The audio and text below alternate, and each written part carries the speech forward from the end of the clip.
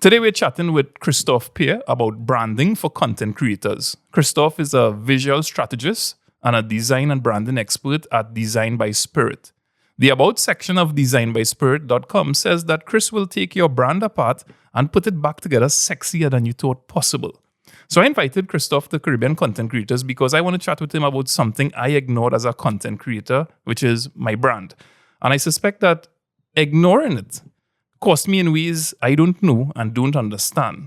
Looking back, I wish there were things I knew about branding when I first got started as a writer and content creator.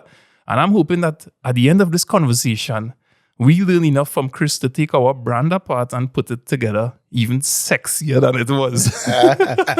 So, Christophe, thanks very much for being here. And thanks for having me. Yeah. And I want to thank your wife is here. She's not in the recording with us, but welcome to Shazpi. I know you all are a team working together at designbyspirit.com. And for the listener, what I will do is I'll put the links in the show notes to everything related to Christophe and the work that he is doing. So let's talk a little bit about backstory. You were on a podcast called We Are Creons, and you was talking about getting started as an accountant, working in the oil industry in Point Fortin, and then you eventually traveled to London where you were, I guess, trying to make it as a graphic artist. You talk about kind of going through files and reverse engineering the process. And I'm kind of interested in your story about when you probably moved on from that job and setting up Design by Spirit. Mm-hmm. So you could tell me a little bit about your backstory from your work as a graphic artist and then moving on to your own. Yeah, I mean, back in the day in Point Fortin, I didn't even know what a graphic designer was, right? What I knew was that I love computers and I love drawing, right? So I was always pretty good at drawing as compared with the other kids in your class or whatever it is. You know, when the teacher say, draw something, I've been accused of tracing as a kid. It's like, nah, you couldn't possibly have drawn. So I knew I was fairly decent at it, right? But my dad was an IT manager. So my dad would bring home computers fairly early before a lot of people had computers, right? So he would bring it down from the office so he could examine it. And then, you find little drawing programs and then learn how to draw on a computer. But nobody in my realm put the two together, right? Drawing and computers indicates graphic design. We take that for granted now, but in 19, how long? I'm not going to give away my age, but in 19, whatever, my parents wouldn't have known what a graphic designer was to look at me and say, he likes to draw, he likes computers, therefore he should be a graphic designer. So what happened is I got funneled into the usual kind of career directions that you'd get that would make money. And the one I ended up in was accounting.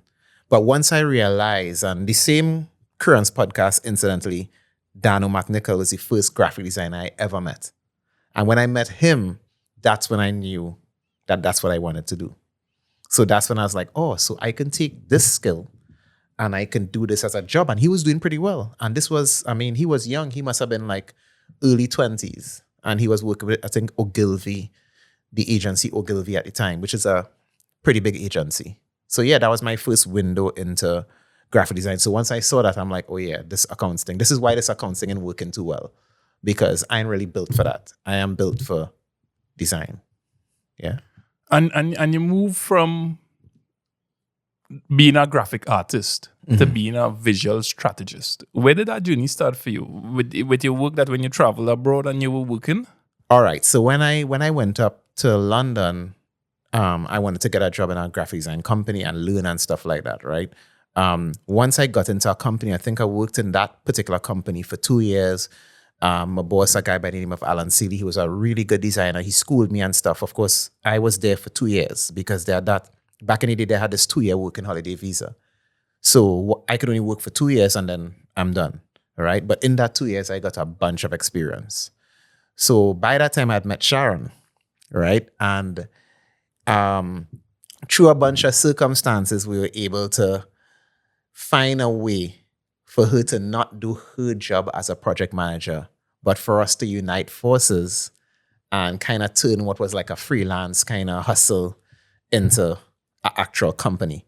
Because it's one thing to be sitting down home and people saying we like your work, do a job for me, as opposed to having a website, having a name, having a limited liability company, having proper clients, proper scheduling, the distance between being a hustler and being a designer, Sharon would have been the person who kind of pulled all that together.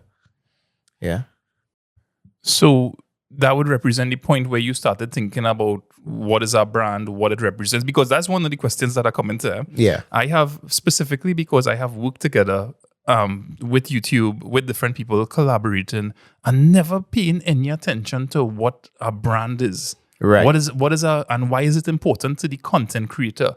I mean, I have little clues as to if I have a brand and certain things that I probably stand for, certain quality of work, then maybe I could attract the attention of whether it's a collaborator, maybe I will know my audience or they would know me a little bit better. Yeah. So maybe if you could kind of work into the discussion, because I want to impress on the listener who's the content creator here.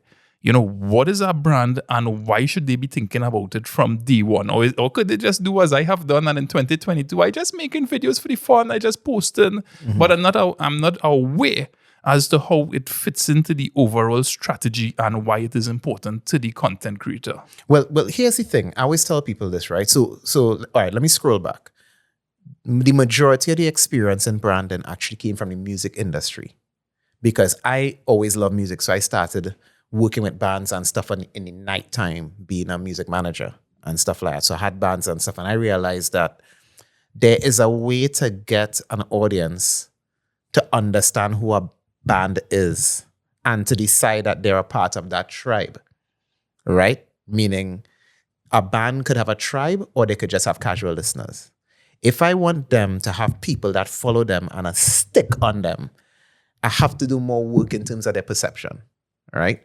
And once I figure that out, I realize, so I can craft in a story that makes you believe that this band is your favorite band, right? And once I figured that out, that was the beginning of me understanding branding. So I didn't understand branding in graphic design because when you're doing flyers, I'm doing club flyers here, I'm doing this here, is a hustle, right?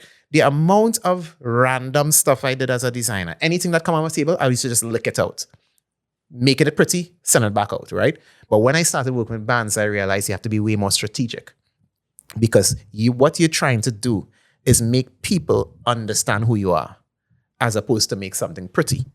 Right. And that was my introduction to branding. And artists, much like content creators, really are trying to find a group of people, get them to be like, this is who I've been wanting to follow. So, for instance, if I love farming and nature, I know that Lyndon going up in the forest and he doing this and he doing that.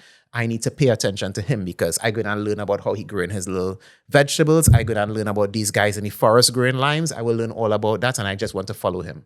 Right? So that's branding. Branding is really, I mean, I have a definition here. I would like to keep notes around me because I don't remember stuff. Sure, let me hear this, man. Right? I taking notes. There's two definitions that I find really good, right? Branding is a process of creating a distinct identity for a business in the mind of your target audience and consumers.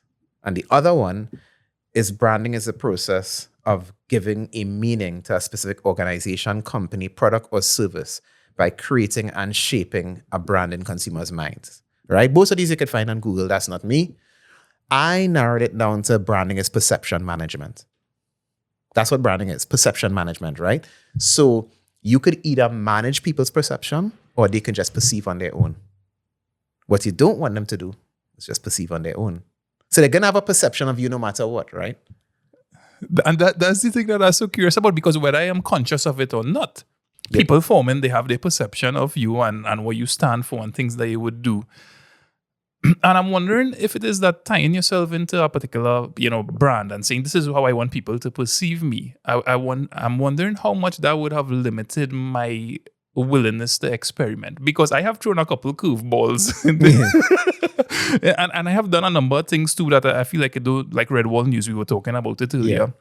Yeah. And I realize it is one of the things that I kind of backed away from for a number of different reasons, but I'll include one of them which the average content creator might be interested in, which is the willingness of a sponsor to work with you or to collaborate because you have this kind of maybe a political stance. You may not stand for a party, but you're throwing out things freely and they will say, well, I don't necessarily want to align with that person. Yeah, burning bridges without even knowing it.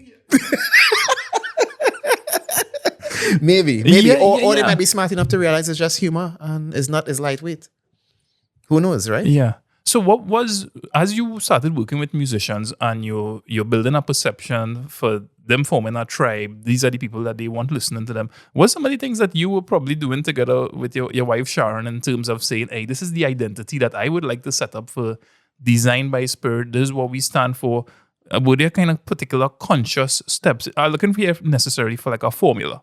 Right. Is there a particular formula that you were following that you could share maybe tidbits of it with a content creator that's saying, hey, if I was to take this, it will help me manage the perception? I don't know, was one thing that you were probably doing for Design by Spirit at that point? Well, right. So Design by Spirit didn't get the benefit early of all that knowledge because I was learning, right? So I didn't try that stuff out on Design by Spirit. Design by Spirit was probably getting the least amount of branding expertise.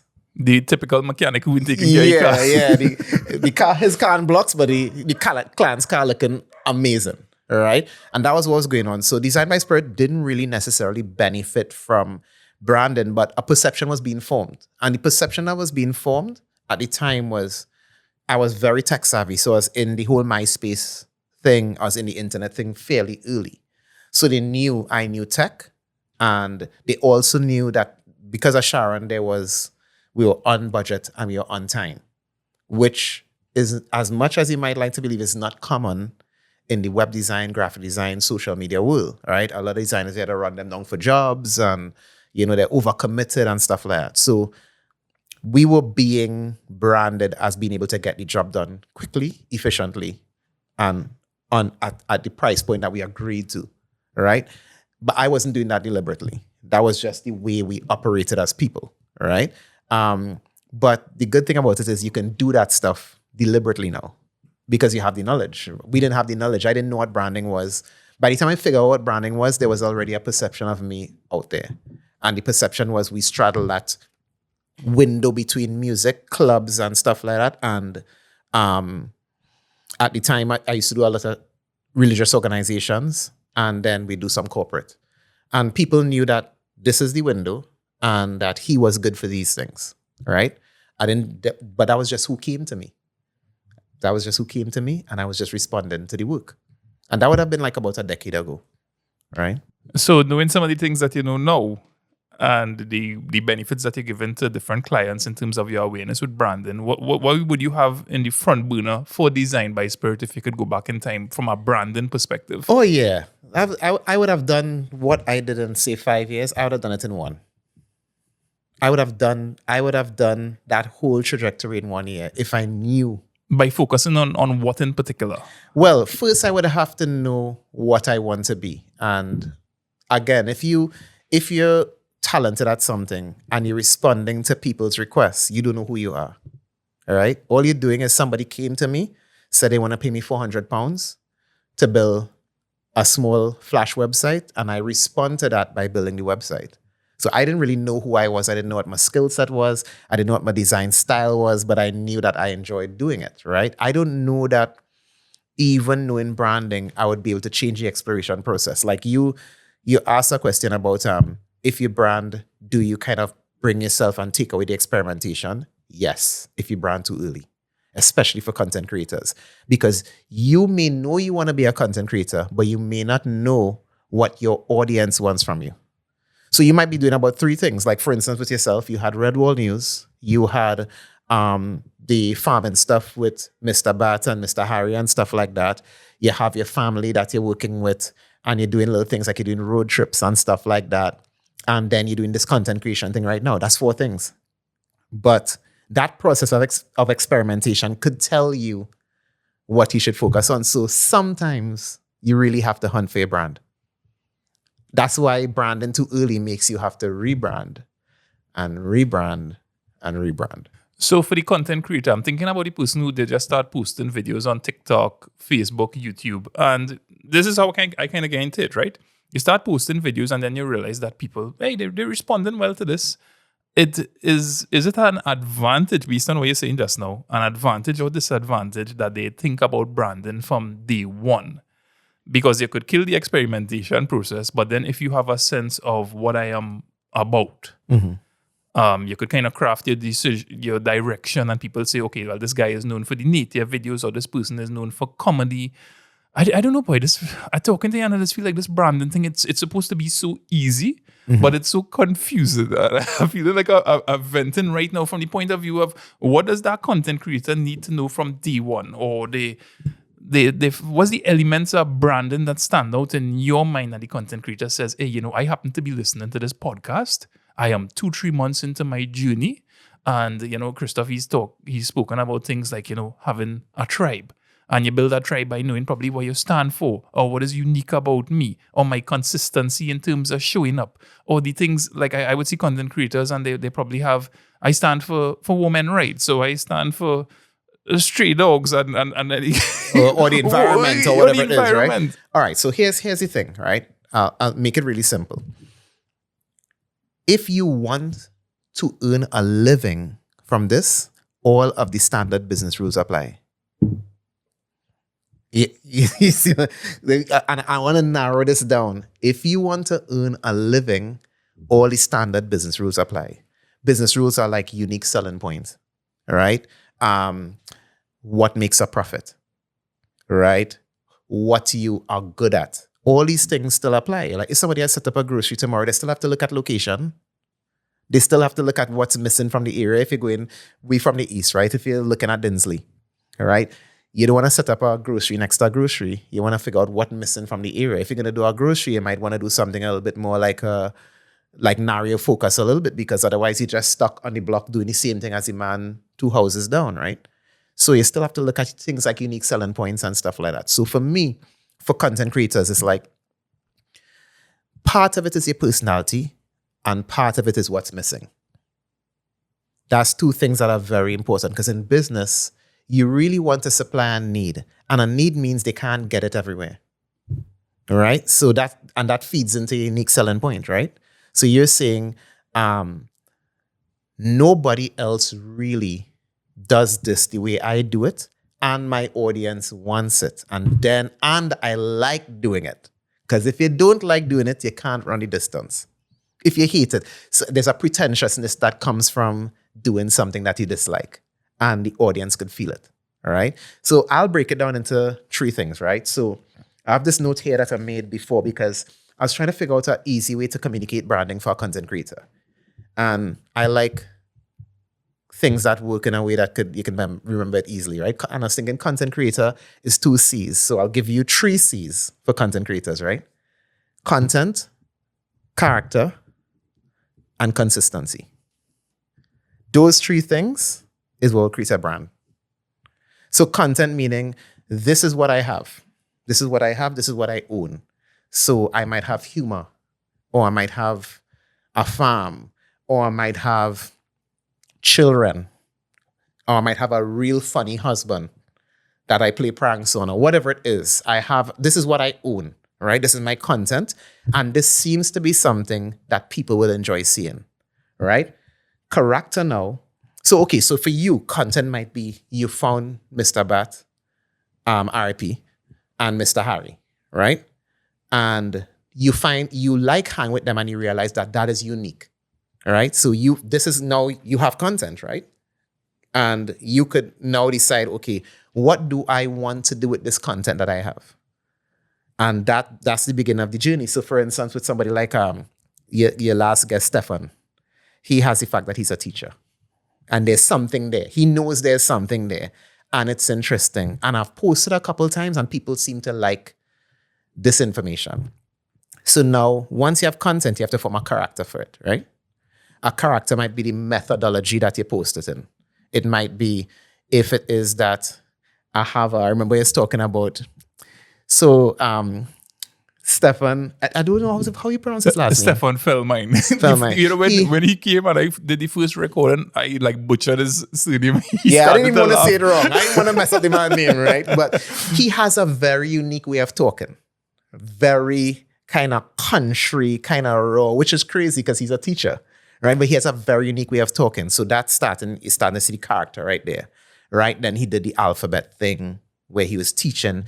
All of that is character, right? For somebody like, say, Devon X. Scott, very tech heavy, sick camera angles, the ability to use the quality is really high. That's forming his character, right? And all these people you find like they find a way to deliver their message that is unique to them. So there's this guy that I really like called Christian. He's a food guy. And you Yes, see on his TikTok. hands, he's throw the food together and he's like, well, you just throw down a little bit of this and you add a little bit of so and so and he make a little joke and in between while he doing it and stuff like his methodology. Because before seeing him, you'd find chefs will be a little bit posh, where he's like, no, he went in the opposite direction. That's his character, all right? So you put your character on top of your content. And then after that is consistency. It means that people understand that every week they're going to get something, or every day they're going to get something, or every month they're going to get something. So TikTok might be a lot more frequent. Facebook might be a lot less frequent. YouTube tends to be more program oriented. So you find like YouTube people may be a little bit slower because they're putting together more of a program format. But either way, consistency is important. It has to be consistent because they'll forget about you. There's too much content online. So if you could have content and character, but if you miss on consistency, you're lost. The people who win are the people who will keep doing it over and over again. And the best example of that is Kabi, right? Or I think it's Kabi is his name, the one who does he's supposed to be the world's biggest TikToker. I don't know if he still is, but he was doing that for years, just over and over again. I mean, that's the oddest thing ever, but it worked, right? Now, when you're showing up, I love the points. Thanks very much for those 3 C's that you share. We could dig into each one. Huh? Which stands for Caribbean content creators as well. So well, people are going to remember right? it. Look at that. But I like stuff like that because it's sticking in your head. And you could actually now go and measure yourself against those 3 C's. And those C's will define. And I like the fact that even when Stefan was talking about the fact that he can't do obscene things because he's a teacher, he still has to go back and teach students, right? So his character has boundaries to it. He can't just carry on anyhow he wants because he has to go back to school. So his character is kind of like formed from even the position he occupies, right? And the same thing you talk about with Red Wall News, right? You have to make decisions because yes, you could do Red Wall News. Red Wall News is very funny and stuff like that, but then you have other things and you have to look at, do they mesh together in terms of what your audience would do, or would they love this but hate this and stuff like that, right? Because you're a funny guy and funny guys could go in any direction, right? Everyone tells me that except my wife. but this idea she low-key knows it, She low-key knows it. She not gonna tell it, but low-key you're making her laugh. You said something there that I want to endorse, that you need to know what your objectives are when you start, if you want to turn this into a business. Because if when I look back at my particular journey, I realized that that's one of kind of like my biggest regrets, that I didn't have the vision for where this could probably be in 5 to 6 years. And the thought of probably working with different brands and whatnot, companies approaching them for sponsorship. So you really have to have a sense of what your objectives are. And, like just kind of quickly realizing, I don't know what the process is, whether it's every month you kind of have to reevaluate your position, your success, and saying, hey, I'm doing well. I might be thinking, because when it dawned on me, Christophe, it dawned on me when I started thinking about investing in gear. I wanted to move from the smartphone when it started costing you. Yeah, when it started costing me. Yeah. That this is a business that I am doing, and I can't necessarily dip into, I do it a couple of times, but I can ask my wife for money all the time. And then this idea of a name, because it's something that I've struggled with. You talk about having your character. This is what you're presenting. And is there anything from like a branding strategy you could tell content creators of, should I operate under the name Lyndon Baptiste, or should I have, maybe call myself Red Wall? Does that separation mean anything? Because here's what, there is a podcast episode that I recorded. It was on this very set that we on here, but it was a kind of like a Trinidad versus Guyana. So one of the guests that I had, and it's like, all right, but this is going to kind of be a stereotypical type of rule. How I thought of Guyana in the early 90s growing up based on stories that I heard. Yeah. And I realized, because I was presenting it as under my name Lyndon Baptiste, that people weren't able to separate, hey, this is just a kind of Kicks segment that Yeah, is, yeah, yeah. or even Red Wall News with under Lyndon Baptiste. So is there anything that stands out from a branding point of view for content creators that, hey, you could operate under your name Lyndon Baptiste, but have some separation in terms of design by spirit or whichever other names might come to mind. Trini Right. Wolf So, or yeah, I mean, it all depends on, do you have an idea what the end result is? All right. So for instance, a good example of this is Daniel Loveless, right? I don't know if you know Daniel Loveless. He has what you know? What you know as yeah, well? yeah. It's not what you know, but who you know. Yeah, right. So Daniel has what you know, but he has Daniel Loveless.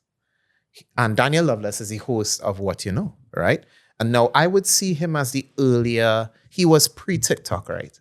He was pre-TikTok and more program oriented, kind of like what you'd find from the YouTube era, because you have to look at all the different platforms, because there was a YouTuber era, then there was a Facebook fueling YouTube era, and then Instagram came out and just changed everything. And there are people who just came out as Instagrammers. They didn't even have a YouTube account. Then there had people who moved from YouTube to Instagram to push people back to their YouTube, right? And all these things have a very, very direct impact on the stuff you're asking about, like what name you choose and stuff like that. For instance, TikTokers always tend to be themselves because there's an authenticity and human aspect that you really need in TikTok, which is why it's so difficult for brands to move on to TikTok.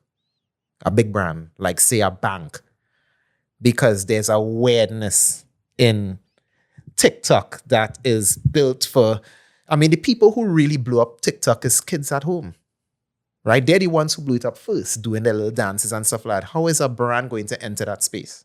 And that's why it's been brands going there and just look awkward, right? Because it's a very human space. Whereas YouTube always had a space for companies. So you could be like Lyndon, you could bring out Red Wall News and have a channel called Red Wall News and it'll be fine, right? So my view is that you have to look at the platform. You have to look at the demographic, right? And because the demographic will see what platform too. Some things are better off on Facebook. Some things are better off on Instagram. And some things are better off on TikTok. And some things are better off on YouTube. And then you could use other channels to promote that thing. But you have one space where it primarily sits. So your stuff might sit on Spotify, but you might use all three platforms to promote it. All right. And then you might take something from Spotify, like you might film a whole podcast. You might take a clip that you think is really important, shorten it, put it on Instagram. But you might take a longer clip and put it on YouTube. And then you might take the bloopers and put it on TikTok. As Lyndon, the host of, you see what I mean? Yeah. And that's how the stuff interplays. Now it's a lot of work, so you had to kind of pick a lane because one man running 4 platforms, you gotta drop off, you gotta stop your job, your main job, right? It's challenging. Exactly. So I think there's something Kanye West said years ago. He said, success is really easy. If you know where you want to end up, you just have to work backwards, right? But a lot of times, these content creators do not know where they want to end up. They know they may, no, this is not accusation. Some of them are like this, some are not, right? Some of them just like the attention. They like the likes, they like the clicks, they like the fact that people are following them, it's trendy to do. And then they realize, hey, nah, I'm a real talented boy. Maybe I should do this for a job. That methodology, there's nothing wrong with that, right? Because them kids in school who always talking and always performing and the teacher telling them they're talking too much and stuff. These people could be TikTokers. They don't know that yet. But that need for audience is kind of signaling where you could end up. And a lot of these kids who end up being TikTokers was just going on there for the likes. And they realize, I can do this for a living. I can make a lot more money than I could make doing something else. And then they have to figure out what the brand is. And by that time, they don't have a bunch of followers. And now they're trying to figure out how to think. Brands contacting them. They don't know what to charge and things. And they're struggling with this new found fame. And some of them fall into a real sweet spot where, they're like, what's this kid who plays the pan? Joshua Regallo, brand ambassador for KFC. Funny guy naturally. Good storyteller. Could make cool videos and then boom, he in a brand deal, right? I don't necessarily know his life. I follow him, I like him, But I don't know if he knew. I can't tell if that was the trajectory for him or if he just, because when I started seeing him, he was doing pan. My niece put me onto him, right? And said, oh, we like this guy called Joshua Regello, whatever. He really cool. He plays pan and he was doing covers. But now he out here cutting ribbons literally on new products for KFC. I don't know if it'll be interesting to hear if that was planned or if he just followed what his personality was telling him to do and he ended up there. You see what I mean? And that's the thing. Sometimes your audience will tell you who you are, Your audience will tell you, this is what we want from you. We want this from you. We like this about you. Give me more of this. And if you're watching your analytics and you're watching them spikes, you know what I mean? You might decide. I'm laughing because that's something that I struggle with so much in terms of the content creator. You know, your audience telling you what they want out of you, what they want to see more videos of. At times, what they want to see less of, or you kind of make a little misstep there, And I'm comfortable with all those things. And they mightn't actually tell you. It might just be in the analytics. Correct. You drop something and crickets. You drop something else and through the roof. That is an indication. Your metrics are an indication of what people want from you. Wow, boy. And you really need to have, it all hinges back on knowing what your objectives are, because if I don't have any business objectives, those things wouldn't really not matter to me. No, it don't matter if you don't want to make a living off it. If you're going online for fun, none of this what we're talking about here matters. If you're just going on for fun, I'm telling you to the camera, you don't need to watch this video. But if it is that you want to live off of this craft and you don't want to go to a regular 9 to 5, this is the stuff that matters, like your analytics matter, because your analytics are telling you what people are interested in from you, what they like about you. The aspect, because your personality is multidimensional, right? And they might just be saying, I like you for this. Okay, let's talk a little bit about your branding strategy, right? So it can help me put it into context a little bit better. We'll focus in on Design by Spirit, your work that you're doing with clients, just to remind folks that the listener that in the show notes, you'll find links to different work that Christopher does, his social media handles that he would like to share. You talk about different platforms and kind of crafting your vision, you having your objectives. Where in terms of who you want to connect with, where you gain the most success, can you say there's one particular platform that you're noticing that this is what the content creators who in this particular space should be focusing on? Not really, because every one of them different way. Every your age sometimes. Wow. So if you're really young and you could dance and you could mimic stuff and things, TikTok will be the place for you. Right? But if it is that you are into fashion and you really, really like you have a product to sell and stuff like that and that kind of thing, Instagram might be a mainstay. You see what I mean? Like, or if you're older, on the older side of it, Facebook might be a thing. Or if you're a program maker, like you're willing to make an entire program, like you're willing to do a podcast or whatever, there's Spotify and there's YouTube. That combination is there. So it's kind of hard to see. It used to be a time when there was always one platform. Like there was a time when it was just Facebook. It was so much easier. I took my Facebook and I fed my YouTube, because YouTube was the only one that was paying, right? So people wanted to grow their YouTube because they could probably get some money off of it, things like that. So you take your Facebook and you push people to your YouTube. And then Facebook became a thing where stuff will actually sit, programs will actually sit. And then Instagram increased their time. There's these little things that happen that change the game. When Instagram said you can do this length and you can go live, a whole bunch of new people came out on Instagram. You see what I mean? Because remember, we forget this, right? But Instagram, you could just post one photo. For years, you could only post one photo each post on Instagram. It didn't have any swipe, it didn't have any live, and it didn't have any video. You see what I mean? So whatever platform you're on, I mean, in terms of the ones that are working for you, whether you choose to be all on all of them, then that you could manage the work, you should be guided by the overarching principles or the objectives that drive your brand. Yeah, where's your audience sitting? Where's your eyeballs? Where the eyeballs are, you go. you know, as a content creator, one of the things that I struggled with in the early days, I was like, you know what? My YouTube audience looking this particular way, they expect a certain thing from me. I'm going on TikTok and play the fool a little bit, you know? Right. And that's fine. You can do that. You can do that. Of course. If you have your YouTube thing locked down and you understand it, of course, go on TikTok and dance around and have fun with your kids and whatever it is. That's what TikTok is for. You know what I mean? I don't necessarily feel, but of course, still be aware of your brand and don't do anything that makes the people on YouTube annoyed with you. Like they still have people who are on both Oh platforms. well, I right? was more going for the annoyance point of view. It's like, wait, this Lyndon here on TikTok now. This No. You never know anybody. Your vibe is you have a real nice kind of wholesome vibe about you. I don't think you will go on. If anything, any craziness you do on like the stuff you do with your wife and things is hilarious. Like when you're annoying and you film it and stuff. I don't think that counteracts anything else that you're doing. I think if anything, I mean, I might be jumping the gun here, but like when it comes to posting, there's a formula to some extent, right? Probably not for TikTok as much, but for generally for social media, which is promotion, right? Promotion is what you want to get out of it money-wise, right? Then there's personal, which is you give people a little glimpse into your life.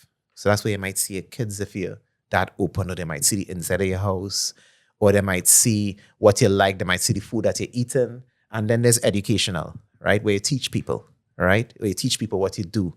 So a lot of companies need to have these things. Then there's inspirational, just things that make people feel good.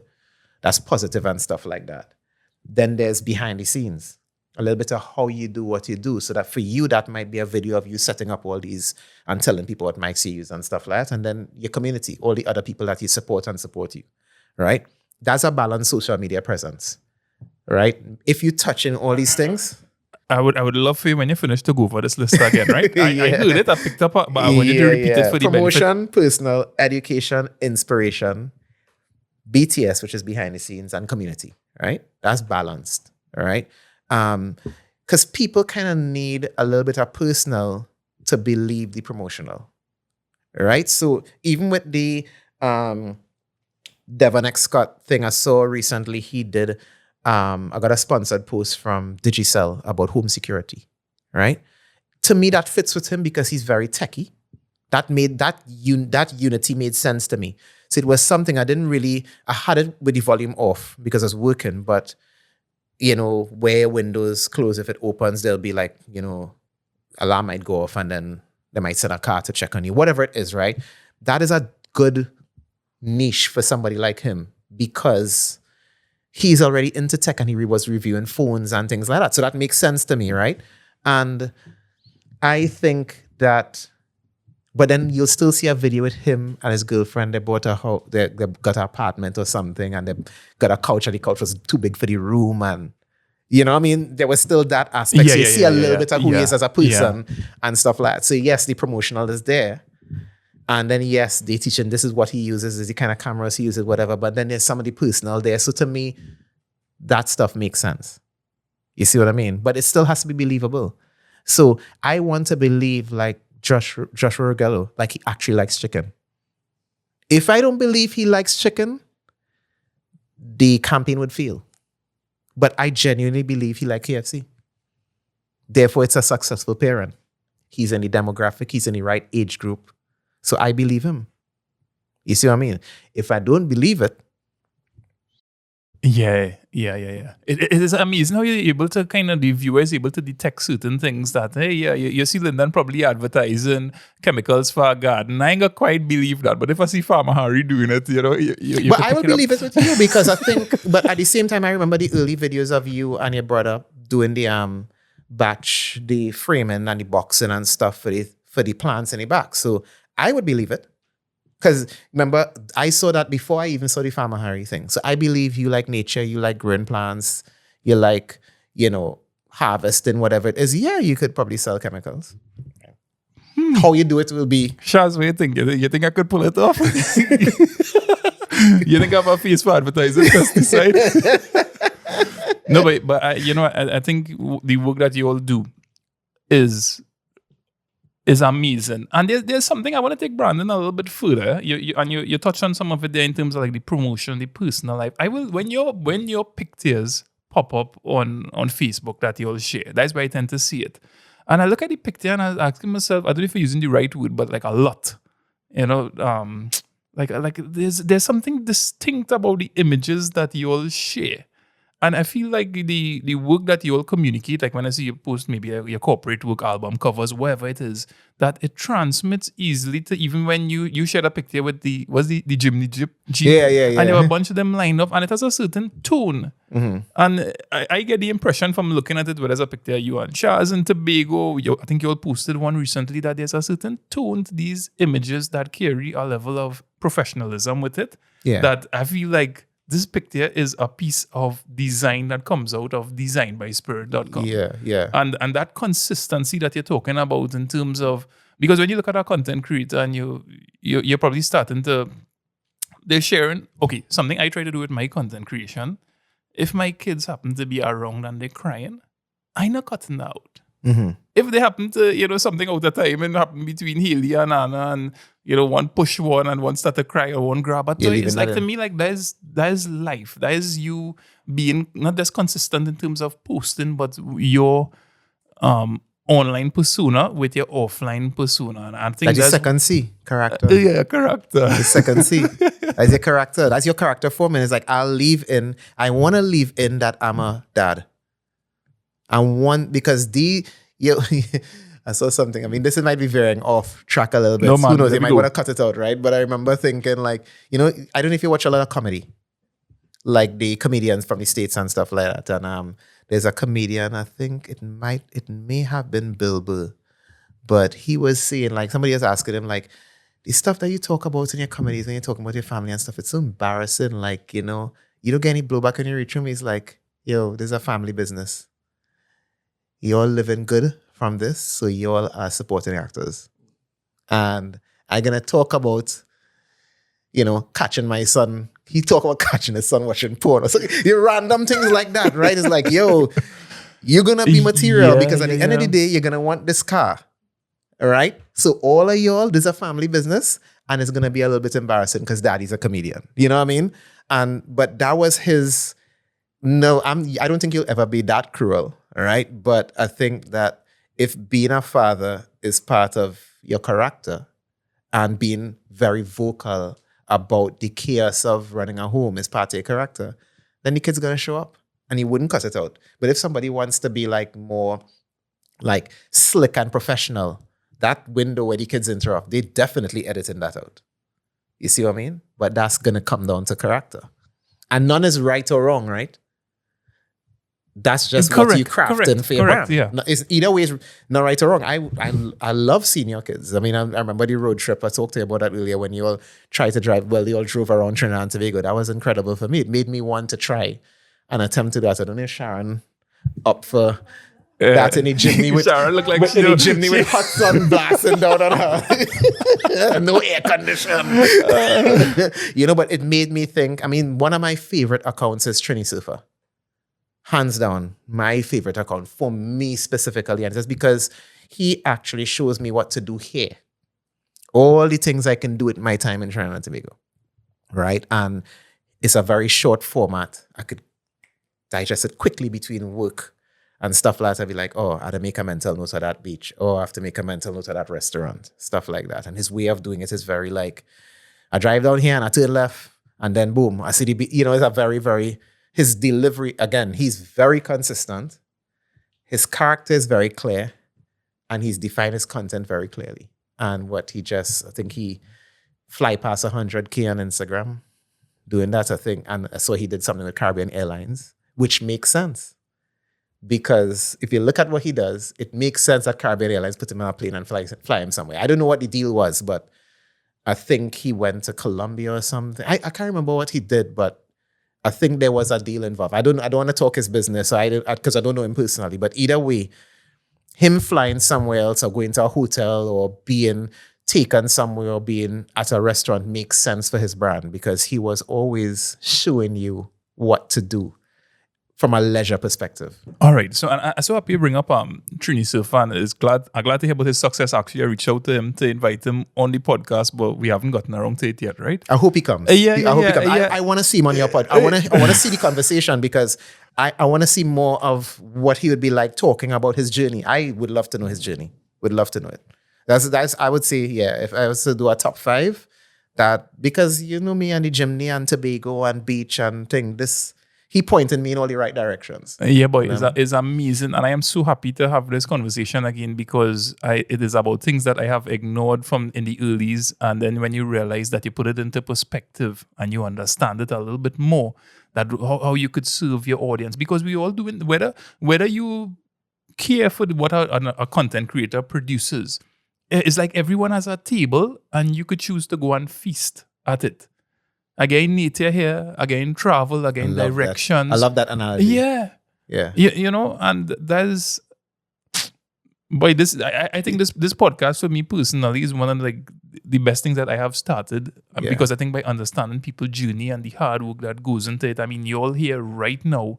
It means you all took time out of your work day to pursue something to share your knowledge freely and to also, just kind of, it is all hopefully this is kind of like a building block in your journey and your story that you're telling. And not everybody going to read the book. But who chooses to read it, that's happy to be part of it. And that's something I want to remember as a content creator, to really think about the business of it, because I realize that there are things that I would want to invest in, to think about the character and how I want people to see me, those 3 C's you mentioned, the content you're creating, and this idea of the consistency. So I really appreciate you all being here, and for the listener, I feel like you have time to feel one more question. Yeah, man. I just want to highlight something you see that's really important. You see that serving your audience thing? Service.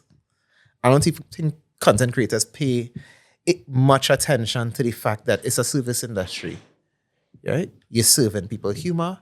You might be serving people into information. You might be a food reviewer. I follow Rendalina, and I don't know if you follow them. They are a couple, and they just going around and showing you good places to eat. That's a service. How am I supposed to know I should eat there? You know what I mean? No, I'm not saying I will like everything that they point me in the direction of, but it has certain things I'm like, that is up my street. I like that account because, me and Sharon love to go out and eat, and they showing, and what I like about them, they show the lower end of the food spectrum. So they're not always up in high-end restaurants and stuff like that. In a lot of street food, that's a service. What Trini Surfer providing is a service. He is telling you this is what to do and this is how to get there. That's a service. What you're doing is a service with when you were doing things with Mr. Bat and Mr. Harry and stuff. That's a service that you're doing for them and for the audience. You see what I mean? And if we see it as that, then it's even more important to listen to them or listen to their analytics.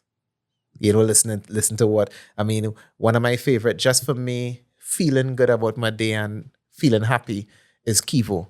It's a comedian, a local comedian. I love Kivo's take on things and stuff like that. But he providing a service, whether it be humor, but there's an intelligence behind what he does. He's obviously a very intelligent person. And when I hear him talk, I like the fact that it's humor and there's a sharpness to it and that kind of thing. Yeah, all those things are services. Thank you so very much for saying that. That because sometimes people just use one particular word or present it a certain way, and it's a service. It's a service. And that means a lot to me. And also it's so interesting that you call 2 content creators that I've reached out to. Reach out to Kivo also? No, I want to reach out to him to talk to him. But that Rendalina. So I make contact and everything because I don't actively follow their work. But when it pops up, it's like always blown away by the quality that this guy, the camera angles, the presentation. And they come off as really nice people too. Which is always like, I always imagine them as, imagine living next door to them. They'll be good neighbors. They come across as really nice people. Right through. Yeah. They come across as really lovely people. And it's good because, they're dealing with food. You don't want negative energy. If you're a food taster, you don't want to be somebody who savage. Savageness have its own place, but not around food. Not for me, at least. Yeah. You know what I mean? So they come off really nice. So yeah, I hope you get them on, man. That'd be sweet. What are 3 practical tips that you would offer a content creator in terms of connecting with brands and sponsors? Okay, so if you're looking at local, for instance, right? If you're looking at local, it's what is it that you could provide for them, right? Because let's see if I could find a really good example. Let's say, okay, somebody like Didi Samuel Singh, she did something with Digicel, right? What could you provide to a telecommunication service provider because you have to know what you could do for them before they come to you. And you also have to know the type of companies you work with too. So not just because there was somebody that Kristen became a brand ambassador for, connected with when it comes to food. I cannot remember exactly what it was, but it was in the food industry, so it was believable, right? You kind of have to, before they reach, know what you could give them. Because what's happening with a lot of the brands now is that they're not coming to you to put you in something. They're coming to you for you to produce something. Because the TikTokers particularly, they would actually make the idea for the brand. Now, there may be an agency involved that might come and say, we have this idea and you would be good for it, right? But then you have people like Umi. I don't know if you know Umi. Umi's a real... In Indian dude has light eyes. And he always talking in his car and stuff like that. Yes. Umi has a way that he talks and the way that he does things. And he'll change his hair and he'll be a woman and whatever, that kind of thing. When you go to Umi, it don't make sense to make somebody else do... It don't make sense for an agency to do a Umi promotion. It makes sense for Umi to craft it in a way that suits his personality, right? And develop an idea for the agency or for the brand that makes sense and doesn't alienate his followers. You see what I mean? So my answer to that is definitely have an idea the type of brands you'd like to work with and what you do for them, and come up with creative ideas that could work so they could look in you and see the promotion even before it happens. They could be like, yeah, man, that guy could do something. He could do something for me. Because a lot of times it's like they're looking around, trying to find partnerships, because how much time they going to do the TV advert? You know what I mean? Some of them can't even go on TikTok themselves. So they need you to craft a TikTok idea that works for them. Or they need you to come across into their advert and bring your TikTok audience with them. Right? So I think definitely the key thing is letting them see in you the potential for a partnership. Because that's what it is. It's a partnership, right? They're going to partner with you and they're going to do something that showcases some new features in their brand or whatever it is like that. Yeah. All right, Christophe, thank you so very much for coming. To mention it one more time for the listener, I will put the links to different websites, social media, contact that Christophe shares with me. Christophe, is there anything in closing that you're up to that you want to share with the audience? Tell me a little bit about Design by Spirit in closing so that people could connect and say, hey, I want to work with this guy who that offer all this awesome knowledge on branding. Yeah, so we do a lot of consultancy. So we have people who will come to us and sit down, they'll pay us and we'll hash out their brand in an hour or 2 hours or whatever it is and give them some clear direction that could help them make their brand better. But at the same time, we do a lot of design. So we do a lot of visual strategy, logos, branding, that kind of thing. And notice I never said logos in this whole conversation. And the reason why is because for the content creator, a lot of these newer types of content creators, they are the logo. Right? So their face is the logo for the organization. Like if you go on Kabi, who's the top TikToker, you see his face. It's his face. He's not a company. He's an individual. Kind of like an artist. Now, if you're creating programs like Red Wall News, that's when branding, traditional branding, meaning your logo and your brand identity comes into play. Right? But we create all that stuff as and when it's needed. And there are people who come to us and I will tell them straight, it's like, you don't need a logo. You might need some new photos. You might need a better camera. You might need, but then there's somebody else who might come to and they say, you need a website because you're on Spotify, you're on this, you're on that, you're on the other. There's no one place we could find you. You need a holding page there with all the links to all your social media. So everybody's different. So we will, not just because somebody comes to us and they're willing to pay us a bunch of money for a website means that's what they need. They might need something less than that or something more. You never know. Right? And that's where the visual strategies come. That's where the strategy comes in. Because the strategy is like, these graphic designer will give you back what you want. A strategist will tell you what you need. And that's the difference between us. We've done it for so long that now the clients that come to us are kind of like they come and asking questions. We want to do this, but what do you think? As opposed to give you a flyer, give you a billboard. It might be that. It might be what type of tool do you think we need to do to get to here? You see? Have you all worked with content creators as yet? I've worked with a couple. I mean, when I work with individuals, I tend to keep it on the download. But I just worked with a content creator in London recently. She is doing a a beautiful course for moms. She's bringing out a course to keep moms organized and stuff like that. I could talk about because it had a lot of branding in it and stuff like that. But if it's somebody who they want everything to just feel organic and they don't want visuals to support it and stuff like that because they're more on the TikTok side, I wouldn't even bring that up because people want to feel like it's just coming out of them. You know what I mean? But when it comes to design and stuff like that, yeah, I'll be like, yeah, I worked with this one and that one and stuff like that. Yeah. All right. Well, thanks again. I think you're amazing at the work. I think you're an amazing guest too. And thank you very much for all the knowledge that you've shared when it comes to content, character, consistency, and building your brand. I have learned a lot. And I always look forward to editing these episodes because I just get to play it back over and over in my head and be like, okay, this needs to stick. Well, I was just hoping that you got value. My main thing for coming down is that I hope he gets something valuable. The worst thing you want to do is sit down and talk for on. I learned nothing. Well, I hope you get something valuable out of it. No, I get to line with you, which is good. All right, Chris, thanks a lot. Thank you. And Shaz in the background, thank you very much for being here.